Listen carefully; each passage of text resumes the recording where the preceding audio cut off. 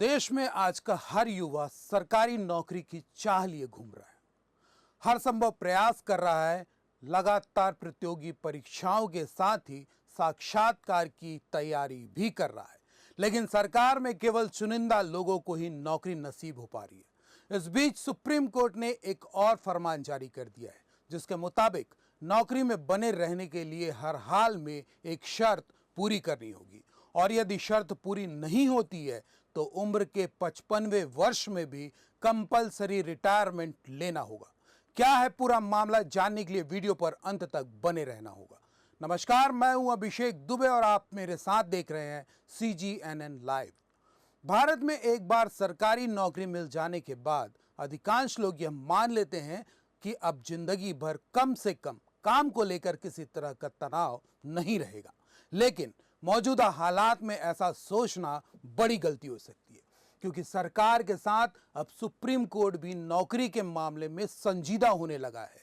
तो ऐसे शर्तें भी जोड़ रहा है जिसके पूरे ना होने पर सीधे बाहर का रास्ता भी दिखाया जा सकता है। देश के भीतर कोई सा भी राज्य हो, सरकारी संस्थानों में समय समय पर वैकेंसी निकलती रहती है।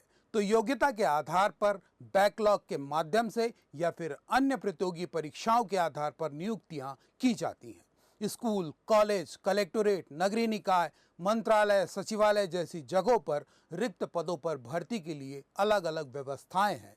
तो काफ़ी जगहों पर लेन देन के जरिए भी रिक्त पदों की भर्ती हो जाती है, जिस पर नकेल कसने के लिए कोशिशें तो होती हैं, पर नतीजा सफर ही साबित होता है। इस बीच सुप्रीम कोर्ट ने 1 सितंबर को एक सख्त फरमान जारी कर दिया है, जिसके मुताबिक अब टीचिंग सर्विस से जुड़े सभी शिक्षकों को नौकरी बचाए रखने के लिए टेट पास करना जरूरी हो गया है।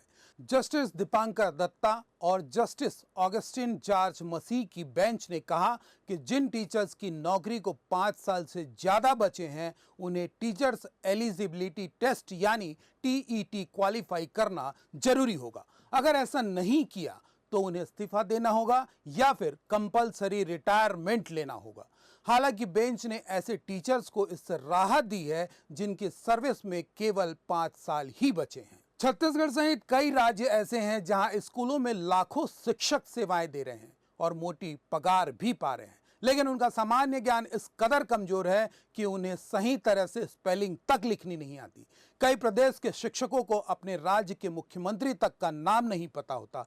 तो छत्तीसगढ़ के कई स्कूलों में शिक्षक शराब के नशे में धुत होकर पहुंचते हैं, पर उन्हें अब तक इस बात से ज़्यादा फर्क नहीं पड़ता था। लेकिन अब सुप्रीम कोर्ट ने जिस शर्त को अनिवार्य कर दिया है, उसके बाद कितनों की नौकरी पर तलवार लटकेगी, देखने का विषय होगा। सुप्रीम कोर्ट के इस दमदार फैसले को लेकर आपकी क्या राय है? आपके अपने क्षेत्र में स्कूल शिक्षा के हालात कैसे हैं? अपने जवाब हमारे कमेंट बॉक्स पर जरूर लिखें, और अब तक आपने हमारे चैनल को सब्सक्राइब नहीं किया है तो देर ना करें।